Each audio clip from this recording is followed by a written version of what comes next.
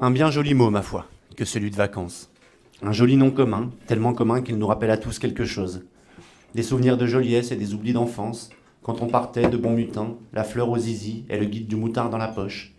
Des souvenirs de copains, amis fiéros sifflotant au clair de la dune, et autres mélodies infantiles, comme un concert généralisé. Des souvenirs de voyage au bout de l'ennui, d'errance de jeunesse en erreur de jouvence, d'adolescentes en Miss Météore, au corps céleste, astérisques et puérils. Ces filles qui font naître derrière nos têtes des idées fumeuses, avec lesquelles on partage une tige et un bout de doute, copains clopants. Ces demoiselles hautement millésimées et qui sont inscrites dans nos annales, c'est-à-dire qu'elles nous ont fait mal au cul. Ces demoiselles dont, parfois, on garde un souvenir indélébile, et elles, parfois, le souvenir d'un lait débile. Les vacances sont aussi ce moment où l'on se fait des amis, pour un séjour ou pour l'envie, acolytes anonymes dont on oublie le nom et dont on garde une image déformée, poteaux de vacances. Ces moments où il faut s'estiver heureux malgré la canicule, cette petite chienne. Et ce n'est pas moi qui le dis, c'est l'étymologie. Où l'on se presse en horde dispersée, allons enfants de la fratrie, ô fils du tourisme, pour aller niquer notre mer, Méditerranée. C'est tout cela à la fois, les vacances. Des souvenirs d'enfance et d'étrangers, d'ici et de ça, d'ici ou d'ailleurs, de ça et du reste, Le mot vacances, originellement, ne prend pas de S. Il est emprunté au latin vacans, participe présent de vacare, être vide, et désigne donc l'état de ce qui est vacant, inoccupé. Attention, plusieurs confusions possibles.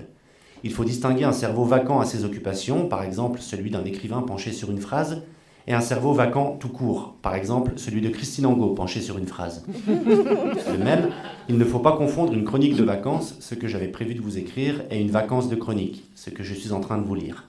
Mais revenons aux vacances.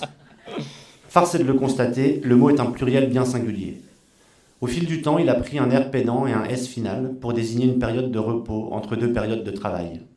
Travail qui, comme chacun le sait, provient du mot latin tripalium, évoquant un instrument de torture à trois pieux, de torture.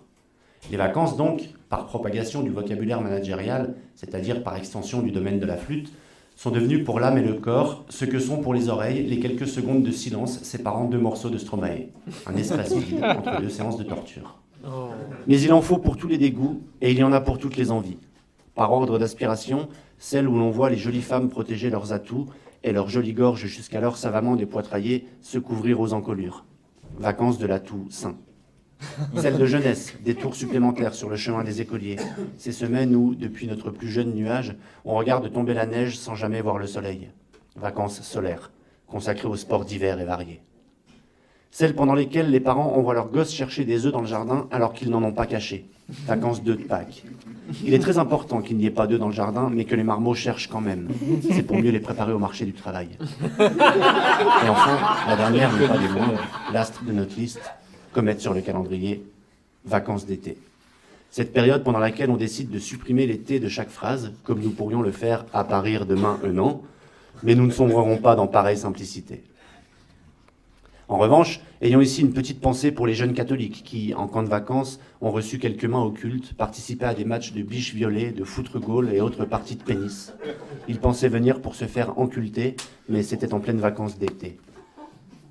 En hommage à ces enfants de cœur et de rancœur, supprimons les vacances. Et pour ce faire, un seul moyen, supprimons le salariat. Laissons l'imagination se mouvoir, exaltons la valeur trouvaille, réclamons plus de rêves hivernales, une augmentation de solaire et davantage de jours de songés payés.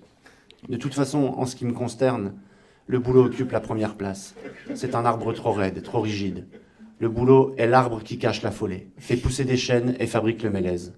Choisissons une autre essence, plus raffinée, une qui peut plier, ou qui a du charme, tiens. C'est bien ça, le charme, comme manière de être.